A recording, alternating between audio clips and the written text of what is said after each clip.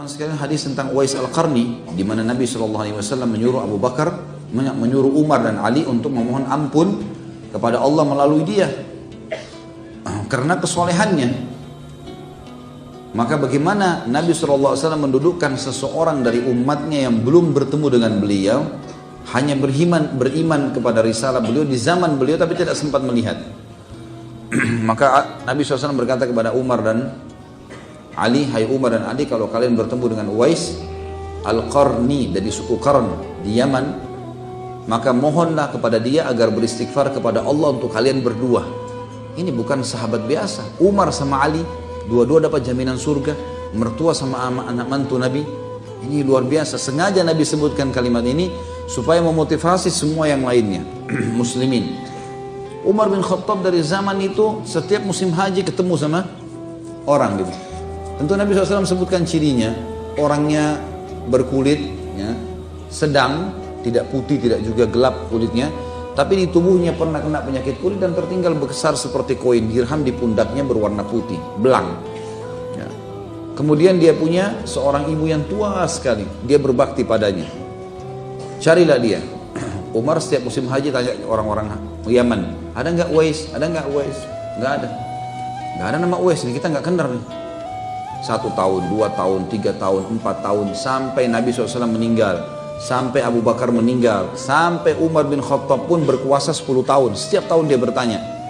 Di tahun terakhir, tahun 23, di tahun Umar bin Khattab meninggal dunia, di musim haji, baru dia dapat. Dia tanya orang-orang Yaman, mereka bilang, hai Amir Mu'minin, setiap tahun Anda bertanya masalah Uwais, kami nggak kenal. Lalu ada satu orang dari jemaah haji Yaman mengatakan, saya kenal wahai Amir Mu'minin, ada orang namanya Uwais, seorang pengembala kambing jauh di padang pasir, jauh di Yaman. Tapi saya tahu dia tahun ini haji. Umar langsung tersenyum, mana orang itu? Kalaupun betul dia pergi haji, maka dia akan tiba di hari ini dan hari itu. Maksudnya sebentar lagi tiba. Kalau Anda mau, biasanya penduduk Yaman datang dari arah sana. Umar setiap hari nunggu di situ. Sampai akhirnya melihat ada orang mengembala kambing, bajunya lusuh, rambutnya biasa sekali, sambil jalan. Lalu Umar tanya, apa kau kenal Uwais? Orang itu tanya, kenapa Anda tanya Uwais? Ya saya ingin bertemu dengan Uwais dari suku Qarn, dari Yaman. Dia bilang, saya Uwais, nama saya Uwais. Umar tanya, apa kau pernah kena penyakit kulit dan kau minta doa sama Allah, Allah sembuhkan, ada sisa seperti goyang dirham saja? Dia bilang, iya. Bisa saya lihat pundakmu? Dibuka pundaknya, ada benar tanda itu. Apa kau punya seorang ibu yang tua? Iya. Kau bakti padanya? Dia bilang, iya. Kalau gitu istighfar kepada Allah untuk saya. Waktu itu Uwais, ada 2 riwayat. Yang pertama menjelaskan kalau Uwais sudah mengenal Umar. Dia mengatakan, wahai Amir Mu'minin, saya beristighfar untuk Anda. Kata Umar, iya, karena Rasulullah yang suruh. Riwayat yang lain, Uwais tidak mengenal, belum mengenal Umar. Lalu dia tanya, Anda ini siapa? Kata Umar, saya Umar bin Khattab. Kaget Uwais, masyhur namanya, khalifah, sahabat Rasulullah. Apakah saya beristighfar kepada Allah untuk Anda? Kata Umar, iya, karena Rasulullah SAW yang suruh ini. Disebut nama saya, disebut nama kamu. Baik, dia istighfar kepada Allah. Uwais mengistighfar untuk Umar kepada Allah. Ya Allah, ampunilah Umar, ampunilah keluarganya dan seterusnya. Selesai, Umar bin Khattab buru-buru lari, cari mertuanya dia. Mertuanya Umar, Ali. Karena akhir hidupnya Umar bin Khattab menikah dengan Ummu Kalsum, anaknya Ali bin Abi Thalib. Kamu Ali, hai Ali, Uwais ada, buruan, temuin gitu. Ali lari-lari, diantar sama Umar sampai tiba di sana, masih ada Uwais dengan gembalaannya. Hai Uwais, istighfar untuk Allah kepada saya. Kata Uwais, siapa Anda ini? Saya Ali bin Abi Thalib. Ali bin Abi Thalib. Ini luar biasa, ini tadi Umar, ini Ali lagi. Kaget dia, ini sahabat Nabi yang mulia. Kenapa? Rasulullah yang suruh.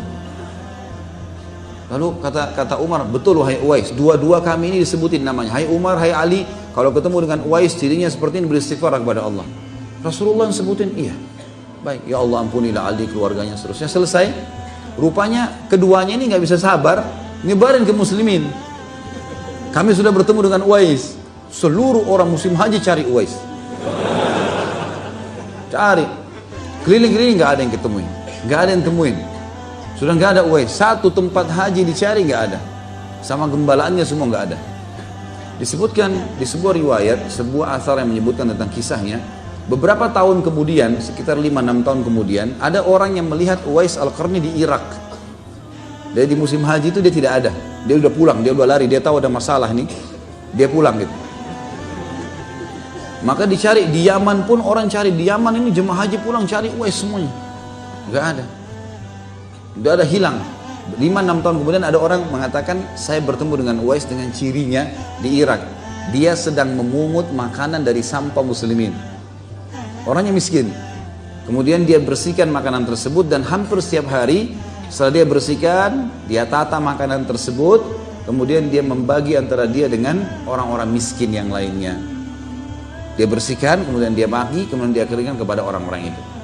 Makanya teman-teman sekalian keluar sebuah istilah, Uwais adalah hamba Allah yang tidak dikenal di dunia, tapi dikenal di langit. Tidak dikenal di bumi, tapi dikenal di langit. Maka jadilah kalian semua, ya, kata orang yang mengingatkan ini, orang-orang atau hamba Allah yang dikenal di langit dan bukan dikenal di dunia. Kalau orang bisa menggabungkan dua-duanya, alhamdulillah. Tapi yang paling penting bagaimana menjaga hubungannya dengan Sang Pencipta, Allah Subhanahu wa taala. Jadi orang-orang yang dekat dengan Allah, dan kisahnya cukup banyak teman-teman sekalian. Kalau kembali di YouTube ada ceramah saya tentang para tabi'in, kisah para sahabat yang luar biasa bagaimana kedekatan mereka kepada Sang Pencipta Allah. Maka itulah kata kunci untuk menjadi waliullah, dan memuji mereka, membaca kisah mereka, mendekatkan diri dengan mereka, loyal dengan mereka adalah sebuah ibadah yang sangat dianjurkan. Sebaliknya kalau menyakiti mereka maka akan mengundang murkahnya Sang Pencipta Allah.